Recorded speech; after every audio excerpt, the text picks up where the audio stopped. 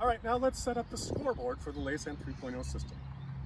So again, I've got my scoreboard tripod, and I've got my LED scoreboard in the box here. I'm gonna open it up and take my scoreboard out. I've also got my 2 1/4 by 20 2-inch knobs. So these go right through and connect the scoreboard to the tripod. Usually these will come with some retaining washers. So if you want to keep these in the tripod so you don't lose them, I stick these in and then put those retaining washers on there so that they stay with it.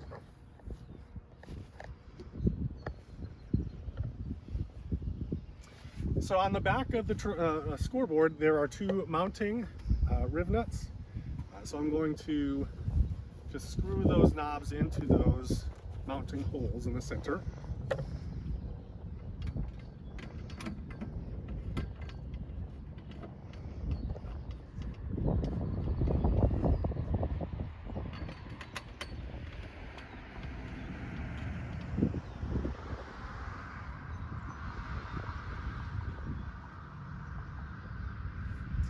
Okay, and now I'm going to connect my battery.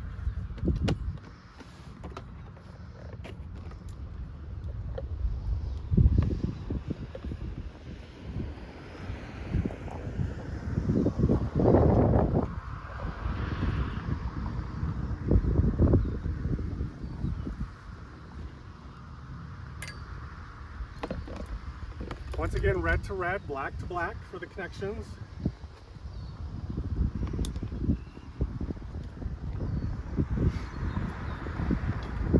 And then I'll put this fitting in. It only goes one way, so I'll line up the tabs, the keys.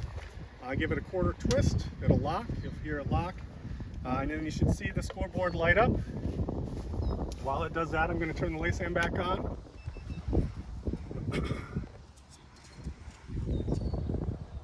So LASAM 3.3, and then it should say it's ready. So now it's connecting. As the LASAM boots up here, and once you see it go dark, it should be ready to go. So I'll get this fired up here.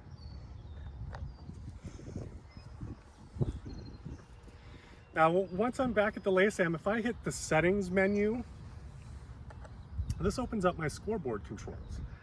So if I'm outside and it's really bright, I may want to go brighter on my scoreboard.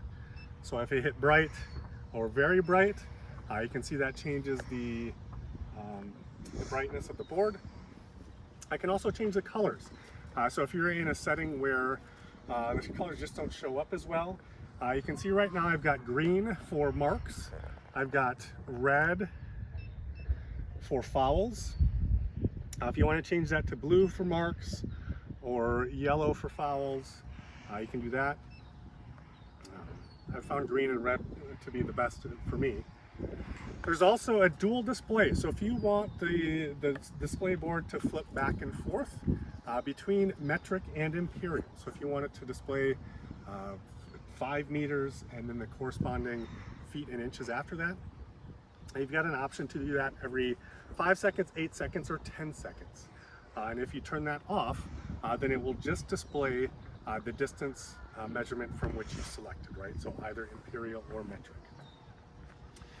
So as I go through, I'm going to continue now to get out of this and go back to my home screen. I'm going to quickly just do discus, metric, continue. I'm leveling the laser. I'm shooting the circle. And now if I aim at the target, I've got 3.21 meters.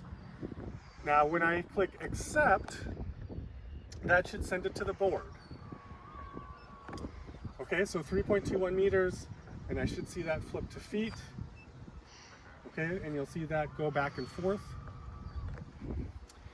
Once I hit continue here, that will clear the board, and now I'm ready to shoot the next mark. So if I shoot another mark,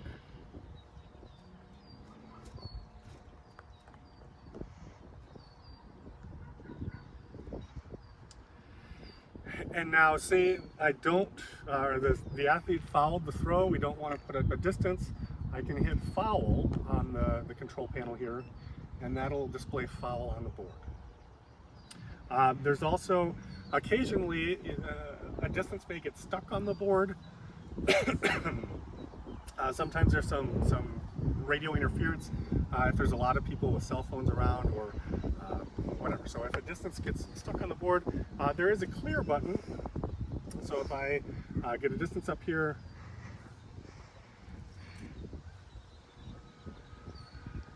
I accept it. When I continue, I'll see a clear scoreboard button. That's also another option to clear the board to get it back to this blank state. All right. Between flights, I like to just disconnect one of the battery terminals to save my battery power on my scoreboard. And then usually, as they're getting ready to start back up again, I'll put that back on and it'll reconnect. Otherwise, when you're ready to go, you just unplug everything, put it back away, and store it. Always you want to make sure that things are stored dry, and if it's really humid, you want to let things kind of air out before you put them away in a damp closet for a long time, right? Generally, before you store things long term, you want to charge the batteries up as well. They like to be stored at a full charge.